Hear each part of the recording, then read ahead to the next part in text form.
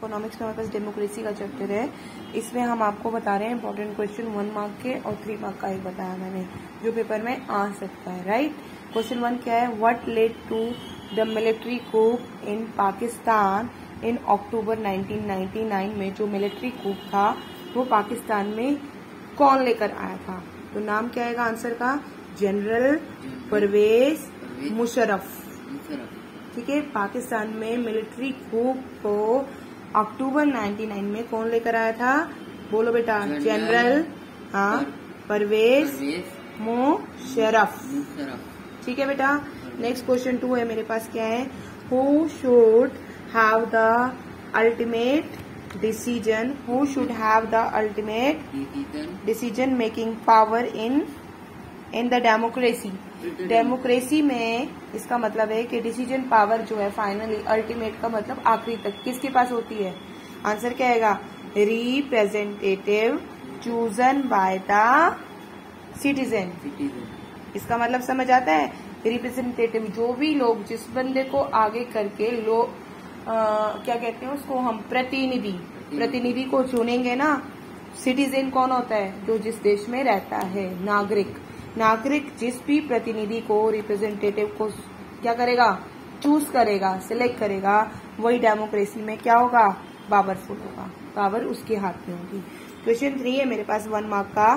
From where the term democracy? जो term democracy है वो कहाँ से आई है? लैटिन से।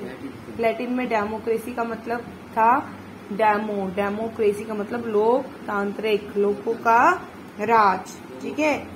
नेक्स्ट है question number 4। Which section of society does not have the right to vote in the Saudi Arabia में? कौन से सेक्शन को वोट करने का राइट नहीं है? फीमेल को, लेडी को, महिला को।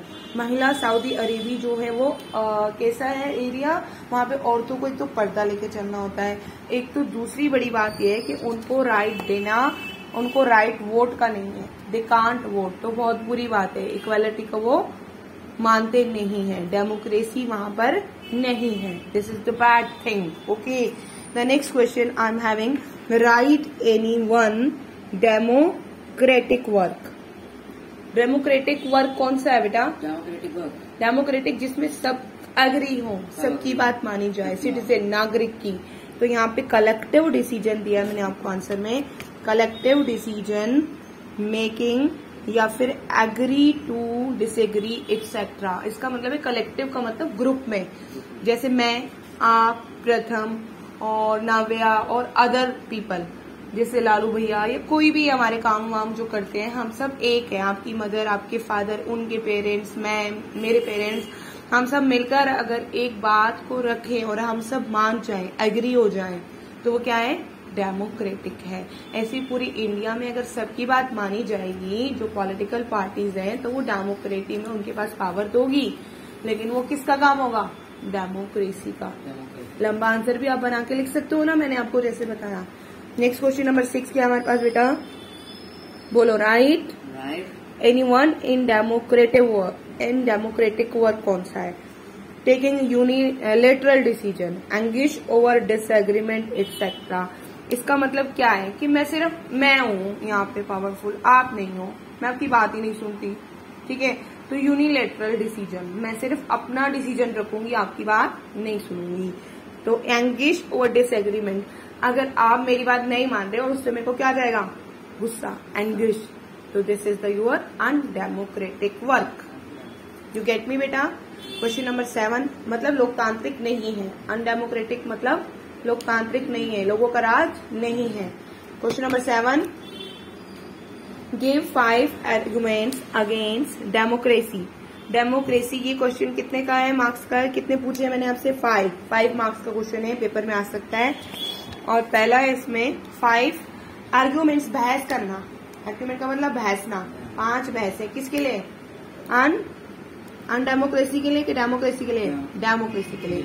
सबसे पहले इंस्टेबिलिटी होगी। इंस्टेबिलिटी का मतलब एक जैसा नहीं रहेगा। आज एक चैप्टर करा, कल दूसरा करा, कल तीसरा करा, और अगर हम उसको रेगुलर नहीं करते तो क्या होगा? Instability. Due to frequent leader change. अब आपका एक टीचर आपको पढ़ा रहा है, फिर कल को दूसरा, परसों को तीसरा, फिर चौथा, इससे आपका माइंड क्या हो जाएगा, डिस्ट्रैक्ट। हर एक का तरीका अलग है, या राइट। तो अगर हमारा लीडर बार बार चेंज हो रहा है, अगर हम अरविंद केजरीवाल को हटा दें एक ही साल में, फिर दूसरा रख लें, फिर तीसरा रख लें, 1 महीने 2 महीने 3 महीने 4 महीने करते हैं, तो क्या होगा, इंस्टेबिलिटी। क्यों? क्योंकि फ्रीक्वेंट का मतलब होता है बार बार लीडर को चेंज करना, ऐसा करना नहीं चाहिए, क्योंकि इससे क्या होगा, इंस्टेबिलिटी होगी, सब कुछ एक जैसा नहीं रहेगा। Leads to delay due to constant consultancy, मतलब हम बार बार अगर एक ही टीचर है या एक ही लीडर है तो उससे आप बार बार पूछ सकते हो, लेकिन बार बार नया नया आ रहा है तो आप उससे बात नहीं कर पाओगे, तो कंसल्टेंसी में डिले होगा, सोच समझेंगे, डरेंगे, तब पूछेंगे।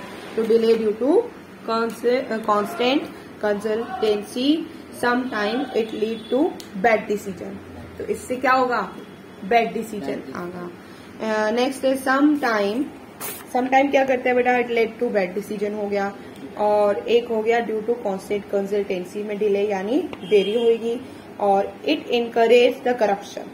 करप्शन क्या है, भ्रष्टाचार, ब्राइब लेना, रिश्वत लेना, ये सब चीजें बढ़ जाएंगी, क्योंकि वो लोगों पे ध्यान नहीं देगा, वो किस पे ध्यान देगा, पैसा बनाने में। तो यहाँ क्या होगा, करप्शन बढ़ेगा, ब्राइब बढ़ेगा।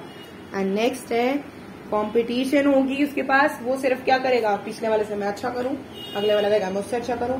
पावर जिसके पास होगी वो अपना फैसला देगा, दूसरों की बात नहीं सुनेगा। तो ये